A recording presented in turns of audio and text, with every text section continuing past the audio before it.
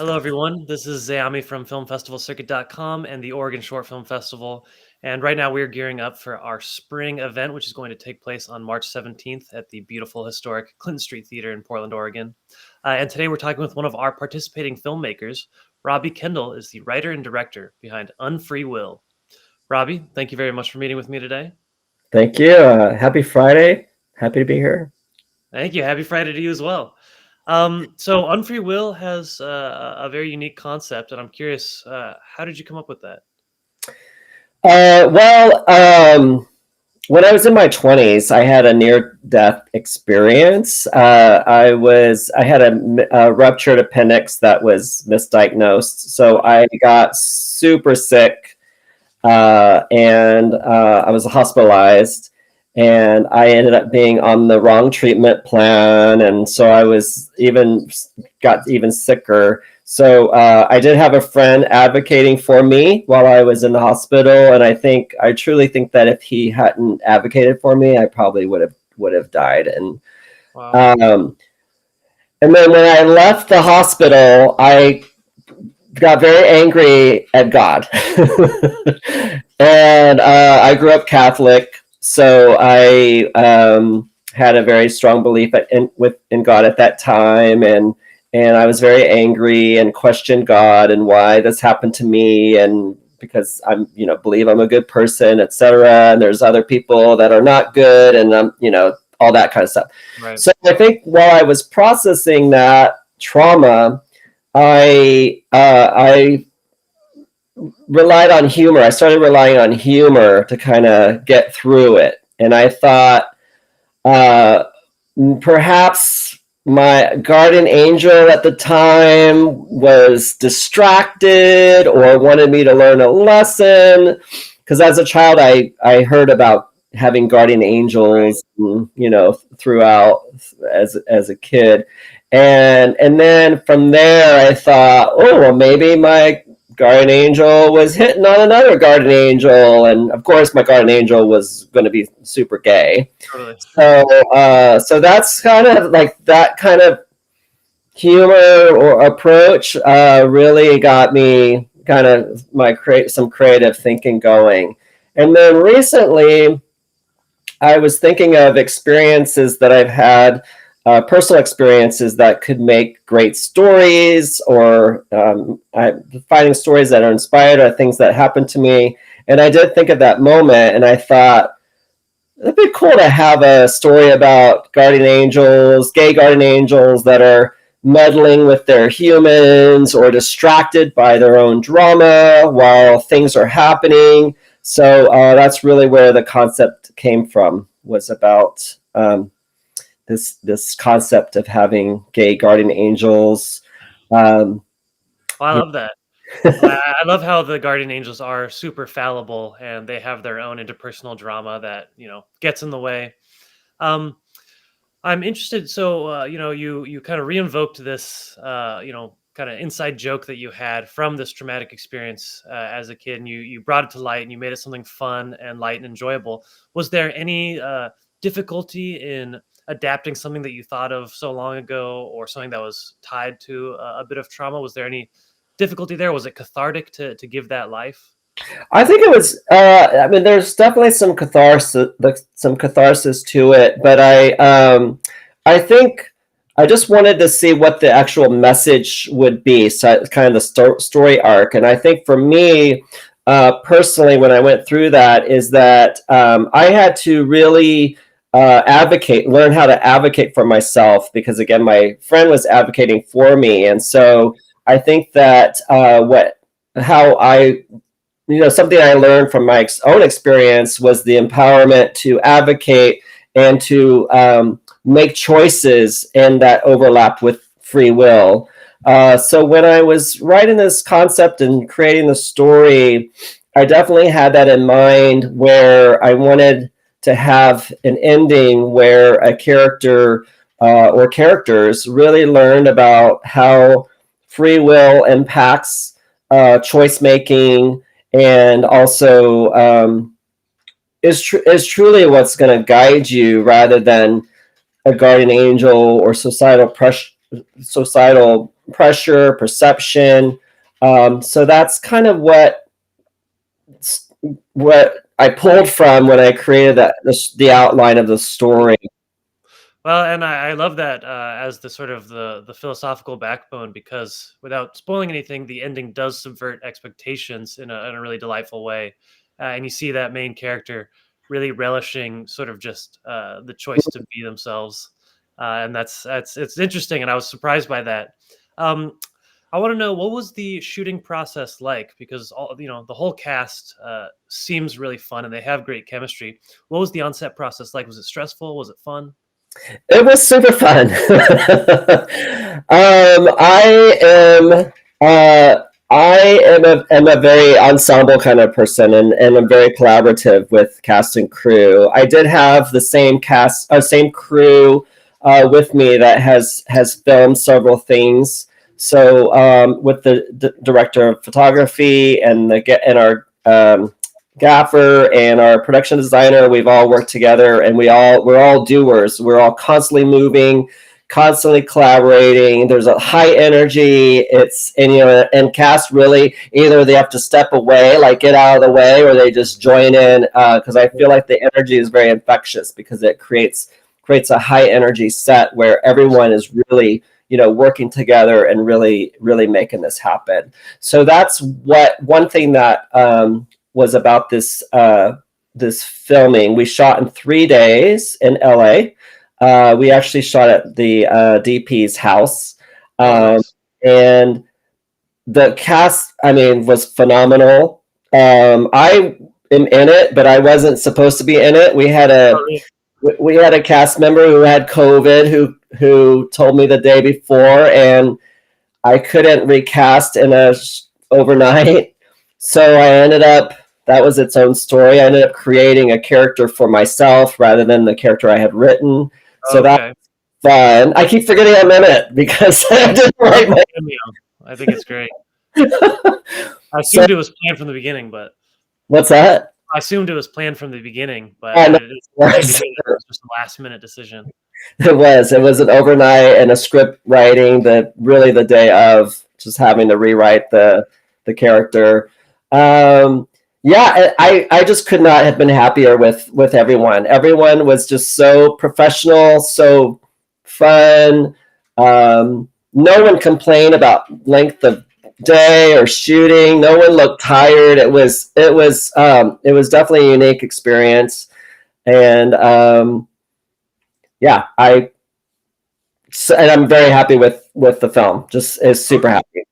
Well, I love to hear about it when productions go well. Either I like to hear them going well or going terribly, but it's nice when it works well. And it seems like having a crew that you're familiar with and knows how to work together makes something like last minute things like that. You can just buffet it, and the end product is really great.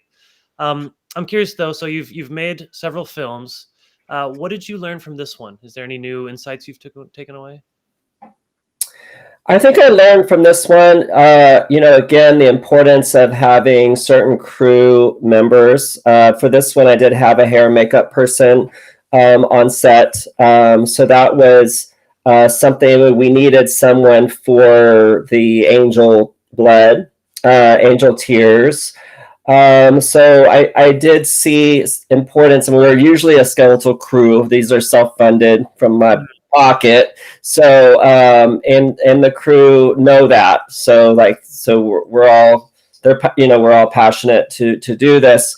But we all go in knowing that we're going to have a skeletal crew, because otherwise I have to wait for a bigger budget, and who knows when that's going to happen. So I did learn, I relearn the importance of having certain crew folks that really add, to the production value. Having a production designer, River Joy, is a production designer that's been with us before, and with our DP and gaffer. I mean, there's definitely a certain crew that I can't imagine making a film without. Totally. But we definitely live without having some crew. So I think it just relearned the importance of collaboration and communication, as well as preparation for a shooting schedule and a meal plan. Right.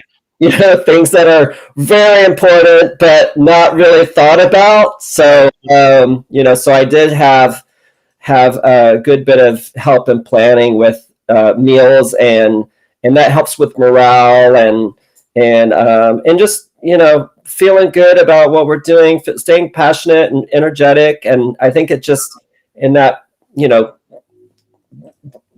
people feed off of that and give it right back. I also think importance of in-person auditions. Oh, okay, interesting. Casting by Zoom is, I'm a big on chemistry, Mm, believable characters. So we did have in-person auditions. So these folks were auditioned in person. So, and I got to see them play off of each other, and picked the right cast, the right folks. So yeah, I really learned that. Zoom auditions and what do you call it? Recorded self tapes are just right, really hard for me to judge personally about totally. how they're gonna have chemistry in on set, and how they're gonna even you know Right. be in Well, general. that's a great insight, and it's kinda something that, we don't always consider is that now Zoom tapes are everything, or Zoom auditions, and, you lose that in-person chemistry, and I think as a result of doing in-person casting, the chemistry's so great, and I couldn't imagine, a different cast for that. It seems everyone was so locked in. Um, Hmm. so do you have any other short films planned? We're actually we're expanding On Free Will into a series of shorts. So Oh, excellent. we're actually filming next week. Oh, wow. I've got the same angels that are driving up from LA, the same crew. We're going to shoot next week in San Jose. So we're basically creating a series of shorts to ultimately have a season, Okay. um, so that we can just kind of. It's great. It's great. We're shooting two separate shorts, but they're also standalone. Okay. So it's not gonna continue that, first story necessarily. No, no. I'd like to see that one as a feature, to really start with how the angels died and how they and got Oh, assigned, and the whole assignment process, because I have in my head this how heaven and the assignment process of guardian wow. angels is like a lottery. It's kind of like a bingo call Right. lottery. So yeah, I have a whole feature story with the same characters, but really delving more into the angels' history and how they what happens to them in the end if they, Totally. yeah. So I love that. So you're gonna start with kind of the mini series and then build up momentum to create that feature? that's my plan. Excellent. Well, and it's cool to hear that you're already gonna shoot, so there's no waiting time, there's no delay. Right. Do you know, when you plan to have this next one out, or is that too far out to know? I would like, my plan is to have them by the end of summer, Okay. but I'm hoping this one will continue to sail through the film festival circuit. Okay. I certainly don't want them to compete with one another Right. for film festivals. I likely will show them at. We're actually going to be showing them at churches. We've Sure. tapped into some religious organizations that have adult forums, or members that are interested in seeing this, because there's a lot of content that folks could create conversations from, about guardian angelship, free will, angels, religion. And so that is something we've created a discussion guide for this particular film. Interesting. So yeah, so we're doing that. That's fascinating. It's This big theological bent to this is making the rounds in churches. That's yeah. great. Yeah, I think folks are really loving the concept when I'm talking about it to others. I've shown the film to the cast and crew already, and they were pleasantly surprised by how it all came together. Really. And speaking for them, for me, I knew it was going to be great. um, and then yes, like have like finding audiences who really could connect with this, and I think if I can continue, uh, a lot of my films have religious undertones, Mhm. and I think if I can make films that create conversations and allow folks to really explore their personal trauma with religion, or discuss any of these concepts in a more like a safe space, then that's phenomenal for me. That's amazing that my work could do that. So it's kind of what I'm hoping is happening. I love that, and I mean, it's cool that this film does explore that, but it does also deliver, great comedy and great chemistry, and is just a fun time. Is there anything else you'd like to add about Unfree Will? I hope I don't know. I hope people enjoy it. I certainly loved writing it and making it, and yeah. So I hope folks. I'm looking forward to sitting in the audience and hearing how folks respond to it. Totally. So, Well, I think it's gonna do very well at the Oregon Short Film Festival on March 17th, and I personally can't wait to put it on the big screen. I think you're gonna hear lots of laughs in the audience. oh well, thanks so much. Well, Robbie, thank you so much for talking with me, and I'm looking forward to meeting you at the festival. Okay, I'll see you next Sunday. Let's do it. Take care. All right. Okay. Bye.